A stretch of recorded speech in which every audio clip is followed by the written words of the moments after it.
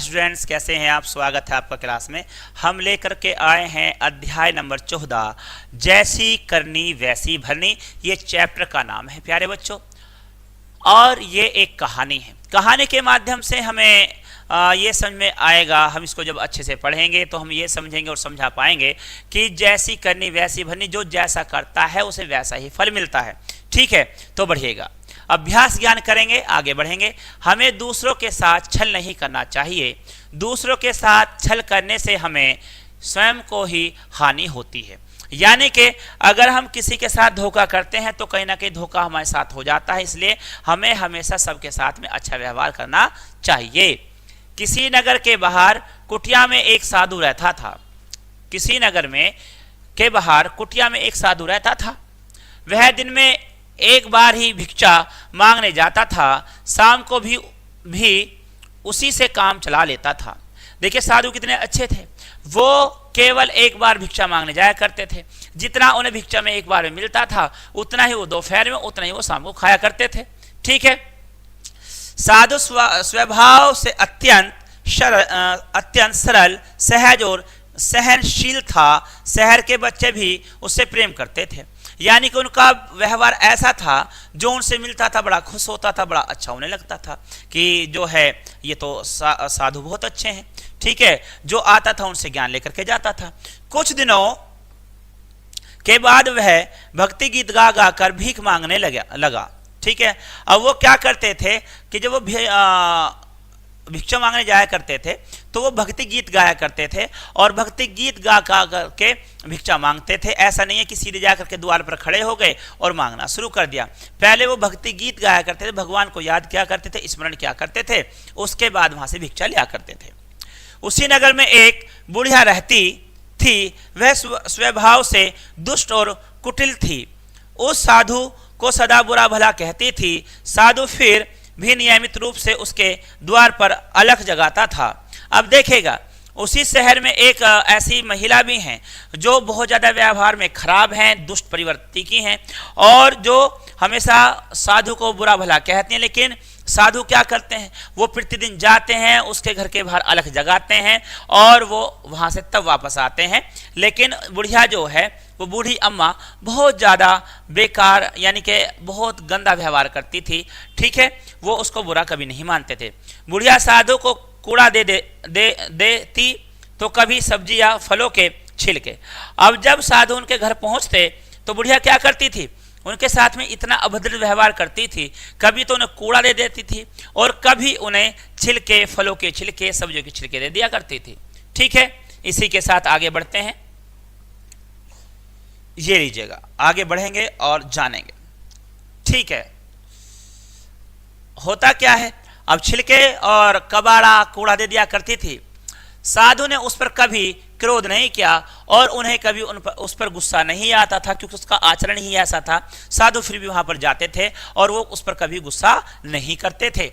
एक दिन बुढ़िया ने सोचा, यह साधु प्रतिदिन मुझे परेशान करता है, इसे विष खिलाकर मार देना चाहिए। अब देखें कितनी बड़ी यहाँ पर नकारात्मकता पैदा हो गई है, कितना व्यवहार खराब हो गया है। और यहाँ पर आकर के बूढ़ी अम्मा सोचती है कि ये मुझे रोज परेशान आकर के करता है, मैं इसे जहर दे देती हूँ और ये खा करके मर जाएगा। ऐसा सोचकर उसने देसी घी के 2 बड़े बड़े लड्डू बनाए, उनमें खूब सारा विष मिला दिया। ठीक है, अब जब खूब सारा विष मिला दिया, यानी कि विष माने जहर मिला दिया। ठीक है, वहां पर योजना क्या थी कि अगर मैं इसको खिलाती हूं तो ये खा करके मर जाएगा। ठीक है, और ये मुझे परेशान करना बंद कर देगा। दूसरे दिन जब साधु बुढ़िया के द्वार पर भिक्षा मांगने आया तो बुढ़िया ने उसे वो दोनों लड्डू दे दिए। ठीक है, अब दोनों लड्डू जो है बुढ़िया ने दिए, उसका सीधा सीधा क्या था उद्देश्य, ये था कि बस ये किसी तरह से साधु मर जाए बस। ठीक है, तो बुढ़िया ने उसे वो दोनों लड्डू दे दिए। ठीक है, अब साधु वहां से क्या करते हैं, साधु को बुढ़िया के इस व्यवहार पर आश्चर्य हुआ। साधु ने लड्डू अपनी झोली में रख लिए। भोजन खाने के बाद साधु का पेट भर गया। लड्डू बाद में खा लूंगा, यह सोचकर उसने लड्डू रख लिए। ठीक है। लड्डू देखिए मीठा होता है और लड्डू मीठे बनाए जाते हैं और अक्सर देखा जाता है कि खाने के बाद में थोड़ा मीठे का मन करता है, लेकिन फिर भी यहाँ पर साधु जो हैं उन्होंने मीठा नहीं खाया, लड्डू नहीं खाए। उन्होंने सोचा ठीक है मैं खाना खा चुका हूँ, पेट भर गया है तो इन्हें रख देता हूँ और बाद में खाऊंगा। ठीक इसी के बाद रात्रि के समय दो युवक उस साधु के पास आकर बोले, महाराज हमें नगर जाना था लेकिन रात्रि होने के कारण नगर के द्वार बंद हो चुके हैं, यदि आपकी आज्ञा हो तो हम यहाँ रुक जाएं। ठीक है। अब उन्हें जिस शहर में जाना था, जिस नगर में जाना था, उस नगर के क्या हो गए, द्वार बंद हो गए हैं। अब जो द्वार बंद हो गए हैं तो अब वो अंदर जाए तो जाए कैसे, इस बात को लेकर के वो परेशान थे। ठीक है। इसी के साथ बढ़ते हैं आगे की तरफ।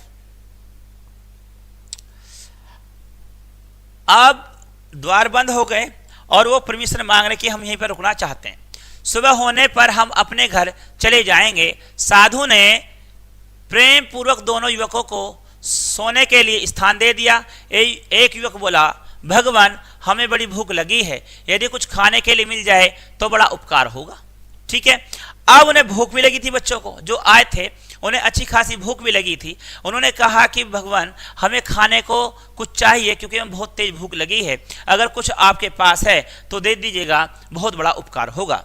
इसी के साथ साधु बोले, बच्चों उपकार मेरा नहीं बल्कि उस माता का होगा जिसने मुझे ये लड्डू दिए हैं। ये अब उनके मन में क्या विचार आ गए हैं, उन्होंने सीधा सीधा कहा कि इसमें उपकार मेरा नहीं होगा, उस माता का होगा जिस माता ने लड्डू मुझे दिए हैं और आप उसके लिए दुआ कर रहे हैं। ये मेरे लिए नहीं, मैं तो केवल आपको दे रहा हूं, लेकिन ये लड्डू एक माता ने बना करके दिए हैं। ठीक है।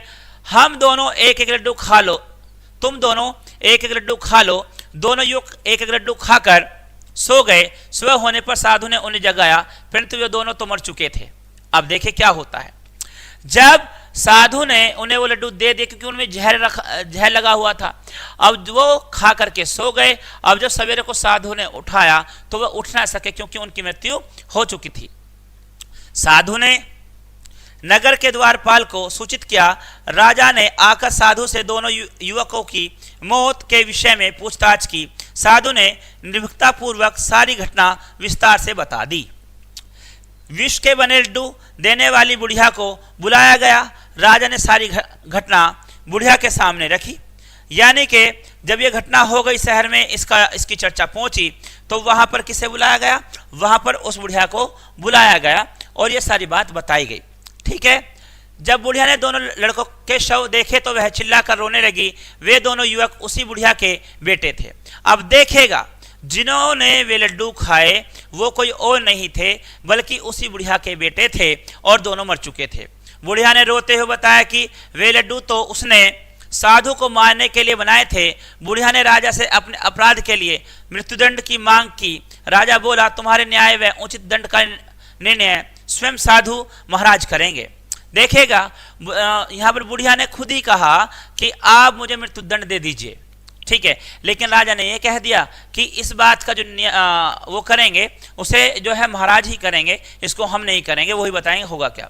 साधु ने कहा, हे माई, तूने जो छल किया था उसका फल तो तुझे मिल ही चुका है, मेरी ओर से तू मुक्त है। बुढ़िया अपनी भूल के लिए जीवन भर तड़पती रही, तो इसमें आपको सीख ये मिलती है, हम जैसे बीज बोते हैं वैसी फसल काटते हैं, हम जैसा खाएंगे अन्न वैसा हो जाएगा मन। अर्थात कहने का मतलब ये है कि जैसी करते हैं वैसी उसका फल मिलता है, जैसी करनी वैसी भरनी। इस कहानी से हमें यह सीख मिलती है।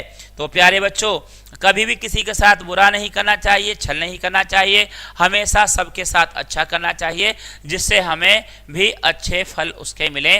तो यहाँ पर शब्द अर्थ करते हैं, सबसे पहले बहुत ही महत्वपूर्ण रहेंगे।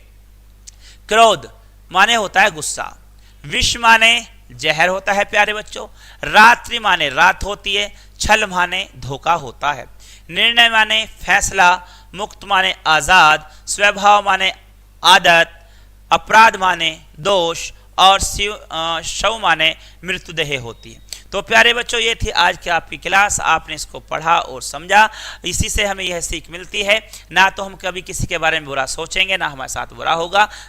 यही इसका नाम था कि जैसी करनी वैसी बने। इसी के साथ मैं लेता हूँ आपसे विदा, मिलते हैं अगली क्लास में। तब तक के लिए good day, good luck, goodbye, जय हिंद।